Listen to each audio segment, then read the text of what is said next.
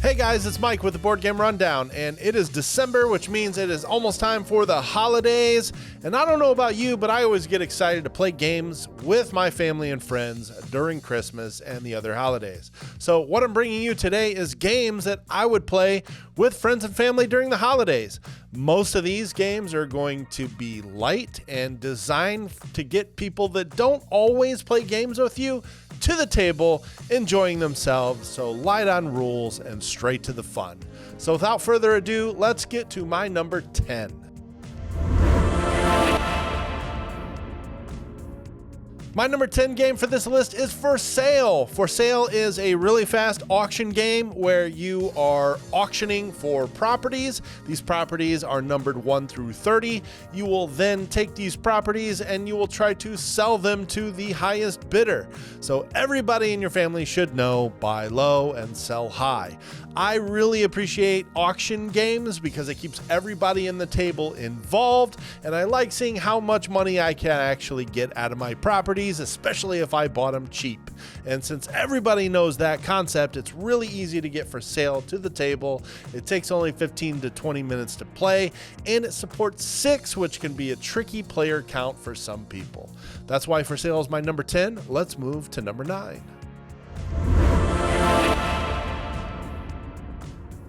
My number 9 is Santa's Workshop from Elf Creek Games. I bought this at Origins this year, and now that it is the season, I finally played this, and you can actually stay tuned for a review from our channel. This is a worker placement game where you are playing as elves, you are building toys, putting ornaments on the Christmas tree, tending to reindeer in the 9 days leading up to Christmas, and whoever builds the most toys and decorates the tree the best has the most Christmas cheer and wins a vacation with Santa. This is a very enjoyable light worker placement game with set collection elements. Found this very fun. It supports 5 and plays in about 30 to 45 minutes. So if you're looking for a light worker placement game, I highly recommend Santa's Workshop. Let's move to number 8.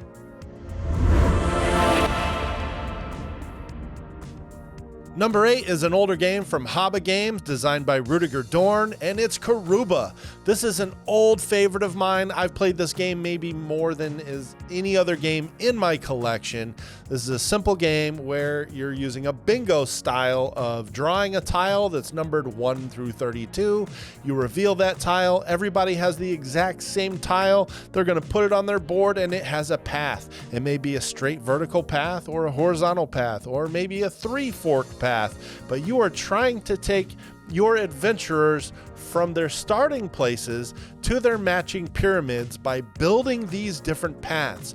But you're revealing these paths one at a time, and you may not always get the exact tile that you want. So you have to think a bit ahead and try to plan out where these other tiles are going to fit on your board.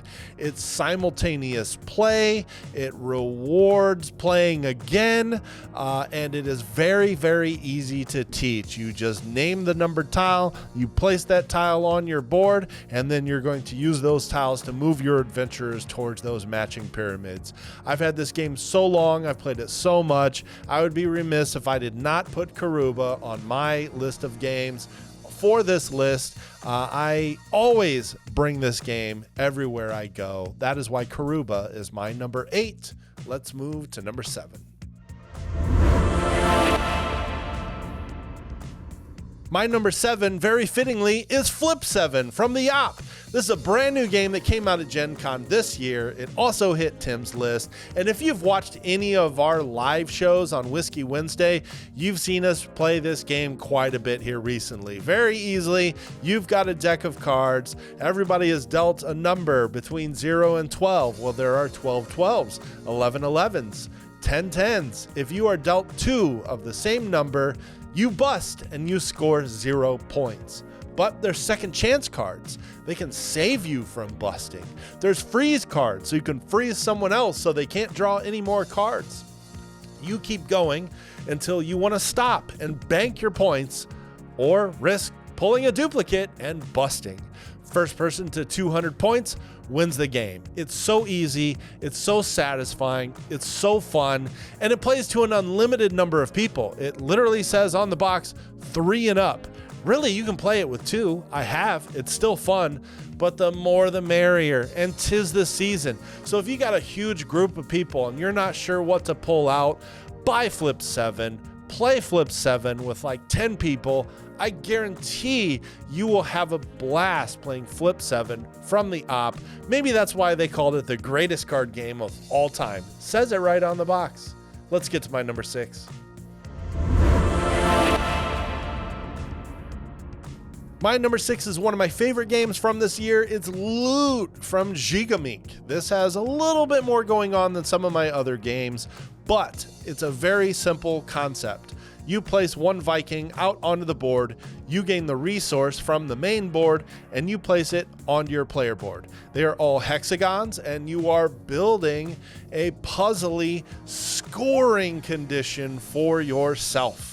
You are building paths out on the main board that give you different resources. Some of these resources have different ways of scoring. Some of the buildings on the main board are acquired by either having 4 of your Vikings touching these tiles. Some of them you have to connect them together, but it is a very satisfying puzzly type of game that plays very quickly and is very easy to teach. So even though it has a little bit more going on than the other games in my list, I definitely know you'll find some people at your Christmas table that will play Looot and will thoroughly enjoy it.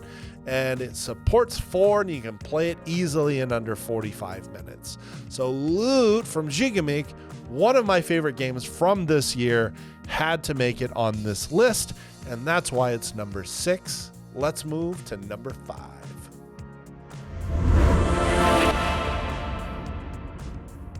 My number 5 is another game I learned this year. It's Cabanga from Amigo. This is a game where you are trying to get rid of all of your cards first. You have cards from 1 to 8 in 4 different colors. The colors are laid out on the table. There's random numbers on each side. You're going to play your number on the matching color, and the gap between the 2 cards of that color, say I played a 4 and there's a 9 on the other side. Anybody else at the table can say Cabanga, and they can play any card of that color between 5 and 8 in between the gap, and they can dump those from their hand. So if they have 5, 6, 7, and 8, yes, they can dump 4 cards out of their hand immediately. Hence, Cabanga. The goal is to shed all of those cards out of your hand. It plays very quick. It supports 6. You can play to a certain point total, or you can just play a certain number of rounds.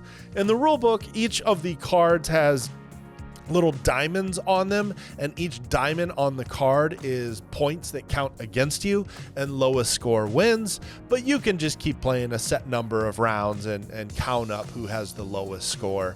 Cabanga is really a blast, and again, the more the merrier. Highly recommend this game at 5 and 6.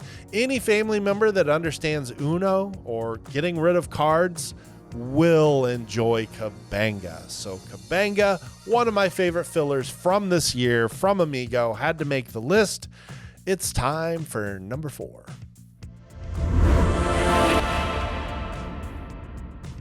My number 4 is a game that's been reprinted a whole bunch of time and is even reprinted again and rethemed as Waterfall Park. It is Chinatown.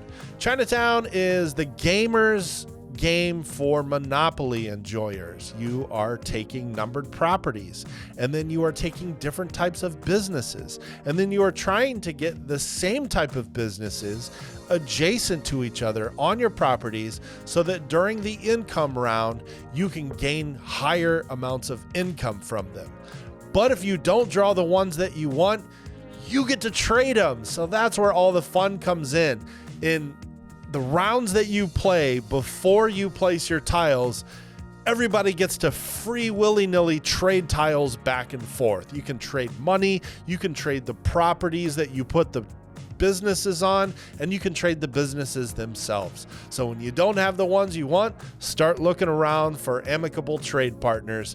This game has a ton of wheeling and dealing in it. It has player interaction from start to finish. It's very easy to teach and learn, and I have played it so much at family gatherings, and now they have reprinted it as Waterfall Park, which looks like a great game as well. So whether you have Chinatown or Waterfall Park, I recommend both. If you like wheeling and dealing and negotiating and tons of player interaction, you will have people talking with each other from start to finish when you play these games. So I had to include Chinatown and Waterfall Park as my number 4. Let's get to number 3. My number 3 is Ahoy, Kitten from Mayday Games. This silly game is where you are playing a cat pirate. We've played this so many times on our live stream and at get-togethers, and I can't get enough of this game. It's my most played game of the last year. Very simply, you're going to put fish tiles on these tokens. And then on the count of 3, you're going to point at the tile that you want to take fish from. But not so fast.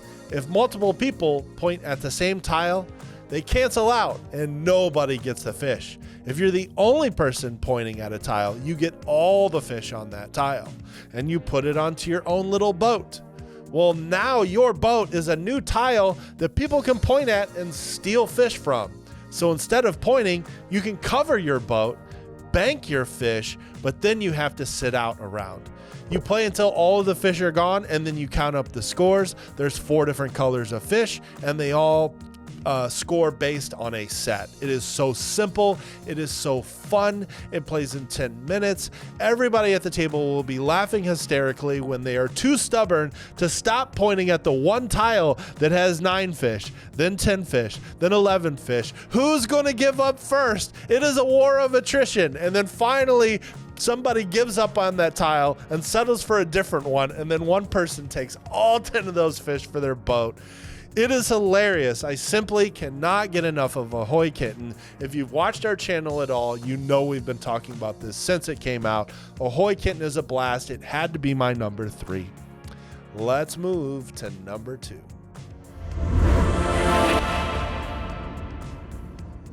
My number 2 is The Crew from Cosmos. Whether you get the Quest for Planet 9 or Mission Deep Sea, regardless, they're both great games.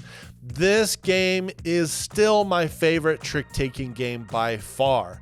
It took trick-taking and added a cooperative element where you are collectively, as a group, trying to get one player to take tricks that has one specific card in it. So you will find yourself throwing off suit, throwing out trump to take suits that don't have that number in it, so that one player can take the one trick that has that one specific card in it. But that's just one round. The game actually has a whole campaign. There's 50 different scenarios that you can play. You can play to where 2 different people have to get 2 different tricks with 2 different cards in it. Or you can play where one person has to not get any tricks for the entire game. Or you can play where one person has to get every trick for the entire game. Regardless whether you play Quest for Planet 9, which came out first, or Mission Deep Sea, which has more nuanced types of missions that you are trying to complete, the mental gymnastics that you are doing with your fellow trick-taking friends will have you not wanting to stop play this game. If you have people in your family or friends that love to play trick-taking games, I really feel like they will enjoy The Crew. I've been enjoying it for years. It is one of my favorite card games of all time. The Crew from Cosmos is my number 2. Now it's time for my number 1 game of all time to take to family gatherings. My number 1 game to take to play with friends and family at Christmas is Ready, Set, Bet. You know what everybody understands? Racing. You know what's even easier to understand? Betting on racing. Ready, Set, Bet is hilarious. It is a live horse race. Now you can have one person run it and roll 2d6s, and that will move the horses between the numbers 2 to 12. Or you can use the app, and then you can stream the app to a big screen TV, and everybody is watching the TV as these digital horses are racing across the screen, and you're screaming, "Come on, 5! Come on, 5!" You have not lived until you have got your grandma screaming at the TV for the horse number 5 to win because she has a whole bunch of bets on that horse. Ready, Set, Bet is so easy to teach. It plays in 30 minutes. It supports 8 or 9 if you want someone to run it and roll the dice. Regardless, I don't know if there is anything you can play that is more fun than Ready, Set, Bet, and everybody I've played this with thoroughly enjoys it. So it was a very easy pick for me to put Ready, Set, Bet from AEG, from one of my favorite designers, John D. Clare, as my number 1 game to take to Christmas. So there you go. That is my list. Those are the top 10 games that I would take to the holidays or to Christmas gatherings for this season. All of these games are fairly approachable and designed to get people who don't play that many games to the table and straight to the enjoyment without a ton of rules. What games would make your list? What games would you suggest taking to gatherings like this? Bring them to me. Put them in the comments. I'd be very interested to see which ones you have on your list or which ones I didn't even think of. So for the board game rundown, I was Mike. Happy holidays.